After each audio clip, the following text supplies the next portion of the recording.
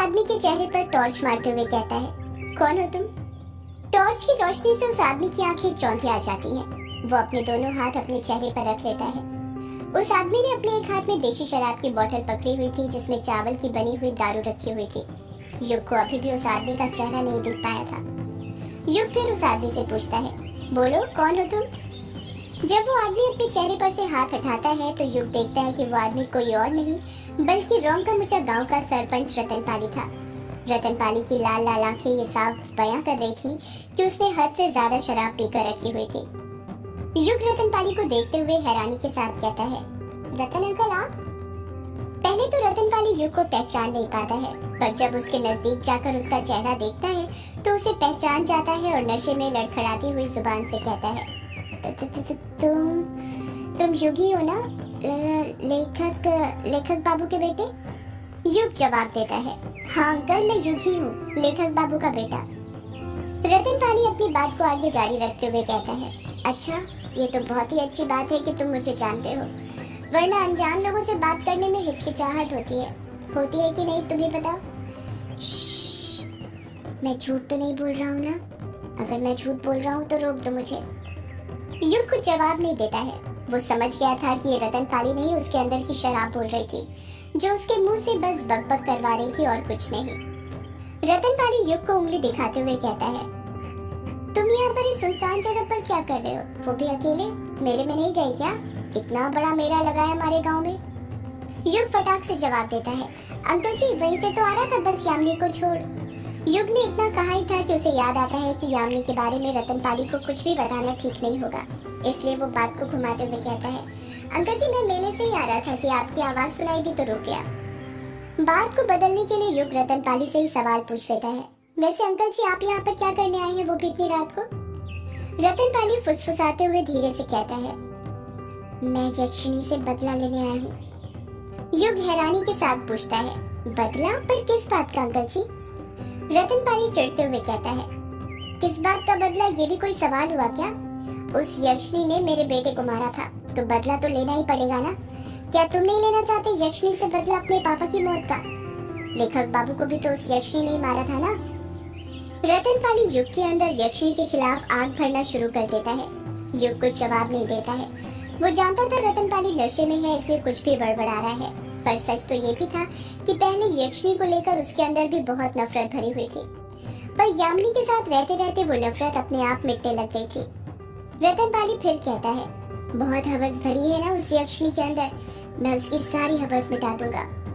युग बड़बड़ाता है, ये अंकल जी को भी ना पता नहीं बुढ़ापे में क्या भूत सवार हो गया, यहाँ पर बॉडी के सारे नट ढीले पड़े हुए हैं और ये है कि यक्षिणी की हवस मिटाने चले हैं, ये जानते हुए भी कि इनसे कुछ नहीं होने वाला है। रतन पाली कहता है, तुमने कुछ कहा बेटा? युग बात को बदलते हुए कहता है, हाँ अंकल जी मैंने कहा मैं निकलता हूँ, वो मेले में डांस कर करके बहुत थक गया, उससे नींद आ रही है।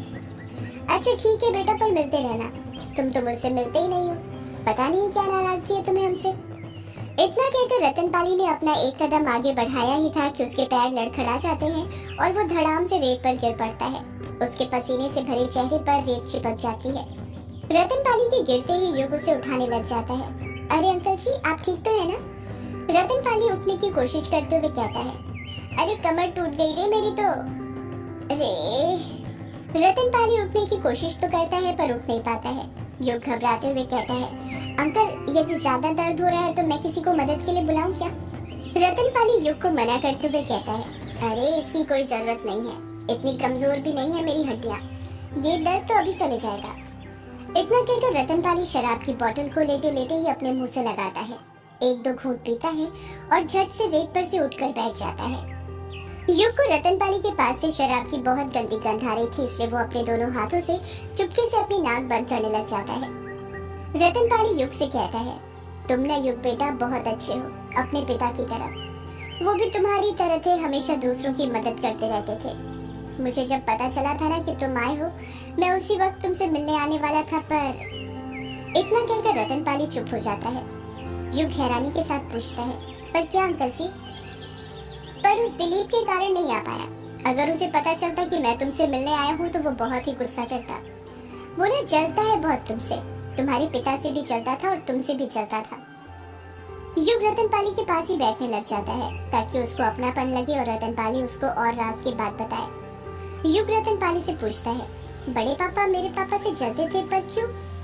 रतनपाली दिलीप के खिलाफ भी युग के कान भरना शुरू कर देता है। रतनपाली कहता है, ये तो नहीं पता मुझे कि दिलीप लेखक बाबू से क्यों जलता था, पर हाँ वो कारण हो सकता है। युग हड़बड़ाहट के साथ पूछता है, कौन सा कारण अंकल जी? तुम्हें तुम्हारे मम्मी पापा के बारे में नहीं पता क्या? क्या नहीं पता? अरे यही कि तुम्हारे मम्मी पापा की वो क्या बोलते थे इंग्लिश में, हाँ लव मैरिज, वो भी हुई थी। तुम्हारे पापा जब गांव लौटे थे तो शहर से शादी करके आए थे। हो सकता है कि यही बात दिलीप को पसंद नहीं आई हो और वो लेखक बाबू को पसंद नहीं करता हो। युग एकजुट होकर रतनपाली की सारी बातें सुन रहा था। पर नहीं, ये बात भी नहीं हो सकती है क्योंकि जब तुम पैदा नहीं हुए थे तब तो लेखक बाबू अपनी पत्नी के साथ गांव में एक आध हफ्ता रुक कर गए थे, तब तो सब ठीक था। तुम्हारे पापा तो बहुत अच्छे इंसान थे पर तुम्हारी माँ। शराब के नशे में होने के कारण रतनपाली आधी अधूरी बातें कर रहा था और उसे पूरा किए बिना ही दूसरी बात शुरू कर देता था। युग रतनपाली से पूछता है, पर मेरी माँ क्या अंकल जी? तुम्हारी माँ ठीक नहीं थी, तुम्हारी माँ ने अच्छा नहीं किया था। मेरी माँ ने क्या अच्छा नहीं किया था अंकल जी? रतनपाली युग की बात को काटते हुए कहता है, हाँ हो सकता है तुम्हारी माँ की उस हरकत की वजह से ही दिलीप लेखक बाबू से नफरत करने लग गया हो।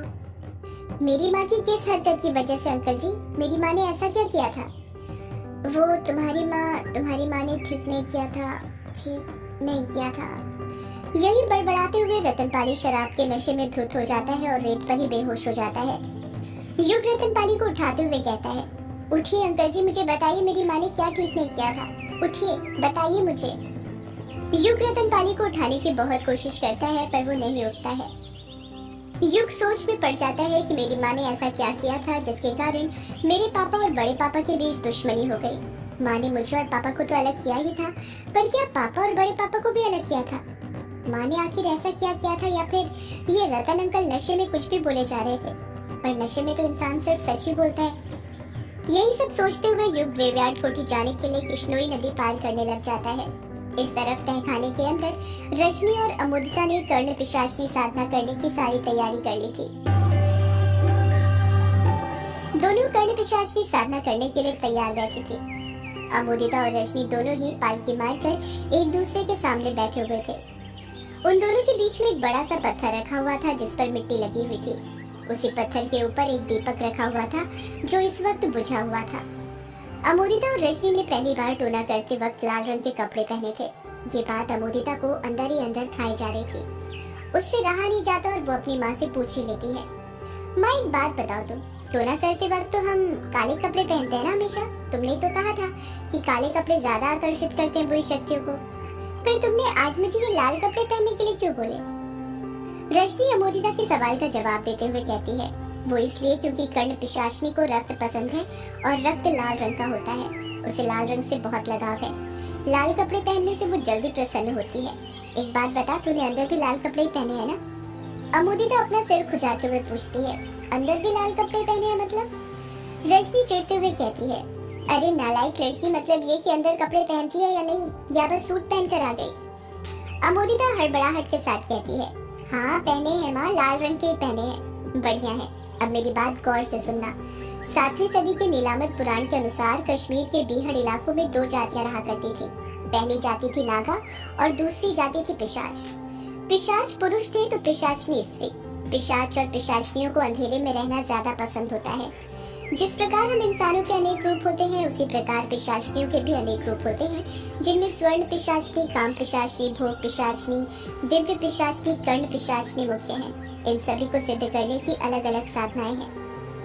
अमोदिता अपनी नजर रजनी पर गड़ाए हुए थी और गहराई के साथ उसकी सारी बातें सुन रही थी। रजनी आके कहती है, कर्ण पिशाचनी के पास कई दिव्य शक्तियां होती हैं। कर्ण पिशाचनी के पास एक ऐसी अलौकिक ताकत होती है जिसकी मदद से उसके पास हमारे हर सवाल का जवाब मौजूद होता है। इस विद्या को पिशाच विद्या या नेक्रोमेंसी विद्या भी कहा जाता है। अमोदिता बीच में ही रजनी को टोकते हुए कहती है, माँ यदि कर्ण पिशाचनी के पास हमारे हर सवाल का जवाब मौजूद होता है तो हम उससे ये भी पूछ लेंगे कि मेरी युग जी से शादी होगी या नहीं। अगर वो कह देगी कि नहीं होगी तो हम युग जी पर जादू टोना करना बंद कर देंगे और मेरे लिए दूसरा लड़का देख लेंगे। रजनी गुस्सा करते हुए कहती है, अरे नालायक कर्ण पिशाची, बस हमें किसी का अतीत और वर्तमान बता सकती है, भविष्य नहीं। अगर कोई साधना भविष्य बता सकती तो ये दुनिया कब की पलट जाती। याद रखना, कर्ण पिशाचिनी सिर्फ अतीत और वर्तमान के ही सवालों का जवाब देगी, उससे कोई फालतू सवाल मत पूछना। अरे मैं भी ये क्या बोल रही हूँ, पूछना नहीं सोचना। अमोदिता मुंह बनाते हुए बोलती है, सोचना मतलब माँ? मतलब ये कि मन में सोचना, कर्ण पिशाचिनी से बात करने की जरूरत नहीं होती है। हम मन में जो सवाल सोचते हैं वो खुद हमारे कान में आकर उसका जवाब पैसा की भाषा में दे देती है। अमोदिता बिचकते हुए कहती है, माँ ये पैसा की भाषा कौन सी होती है? भूतों की भाषा को पैसा की भाषा कहा जाता है। इस बात को इस्लाम ने भी अपनाया है। इस्लाम धर्म में भी कई तरह के चिन्ह पैसा की भाषा में ही मिलते हैं। पर माँ मुझे तो पैसा की भाषा आती नहीं, फिर मुझे कैसे पता चलेगा कि कर्ण पिशाचिनी ने क्या जवाब दिया? अरे उसकी फिक्र मत कर, कर्ण पिशाचिनी उसी भाषा में जवाब देती है जिस भाषा में हम उससे सवाल पूछते हैं। एक और बात, जब कर्ण पिशाचिनी हमारे कानों में जवाब देती है तो उस वक्त हमारे कानों से हमारी शरीर की ऊर्जा भी खींच लेती है, और यदि लगातार सवाल पूछते गए तो कानों के जरिए ही हमारा रक्त भी पी लेती है। इसलिए सवाल सिर्फ मैं पूछूंगी, तू कुछ मत पूछना। पहले तो अमोदिता रजनी की खून पीने वाली बात सुनकर डर जाती है, पर थोड़ी ही देर बाद बड़ी हिम्मत से पूछती है, पर माँ फिर तो आपको ही जवाब सुनाई देंगे, मैं तो कर्ण पिशाचिनी की आवाज भी नहीं सुन पाऊंगी। अरे नहीं, ऐसा कुछ नहीं होगा, भूल गई हम दोनों सौदाइन हैं, तो इसका फायदा तो होगा ही ना हमें। हम दोनों ही उसकी आवाज सुन पाएंगे और सवाल भी पूछ सकेंगे। पर पहले मैं कह चुकी हूँ, बस मैं सवाल पूछूंगी, तू नहीं। रजनी की बात सुनकर अमोदिता का छोटा सा मुंह हो जाता है। अमोदिता मन ही मन बड़बड़ाती है, ये माँ ना जब देखो होशियारी छाड़ती रहती है, पता नहीं क्या समझती है अपने आप को, मुझे तो कभी कुछ करने नहीं देती। रजनी चिढ़ते हुए कहती है, वो इसलिए क्योंकि मैं होशियार हूँ और तू नालायक। तू शायद भूल रही है मैं सौदाइन हूँ और मैं तेरे मन की बात सुन सकती हूँ। अमोदिता हंसते हुए बात को टालने के लिए कहती है, अरे माँ मैं तो बस मजाक कर रही थी, तुम तो जानती हो मुझे। रजनी मुंह बनाते हुए कहती है, मैं अच्छे से जानती हूँ तेरा मजाक। याद रखना, कोई गलती हुई तो मैं तुझे छोड़ूंगी नहीं। मैं क्या, कर्ण पिशाचिनी ही तुझे नहीं छोड़ेगी। अगर कोई भी गलती होती है उसकी साधना में तो वो उसी पल अपने साधकों की जान ले लेती है।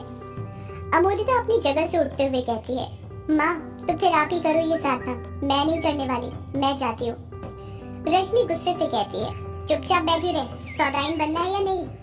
अमोदिता को मन तो हो रहा था कि वो वहाँ से उठकर चली जाए, उसे अपनी जान ज्यादा प्यारी थी, पर वो जानती थी कि वो फंस चुकी है। रजनी उसे वहाँ से जाने नहीं देने वाली। अमोदिता वापस से अपनी जगह पर बैठ जाती है। रजनी एक लंबी आह भरने के बाद कहती है, जिस प्रकार पिशाचिनियों के अलग अलग प्रकार होते हैं, उसी तरह उनकी साधना करने के भी कई प्रकार होते हैं। कर्ण पिशाचिनी साधना ही करने के अलग अलग तरीके होते हैं। कुछ साधना 21 दिनों की होती है तो कुछ 11, पर हम सौदाइन हैं तो ये आज रात में ही सिद्ध हो जाएगी। रजनी फर्श पर रखा पीतल का लोटा उठाती है और अमोदिता को देते हुए कहती है, ये ले, इसे आचमन कर ले पहले। अमोदिता अजीब सा मुंह बनाते हुए कहती है, माँ ये आचमन क्या होता है?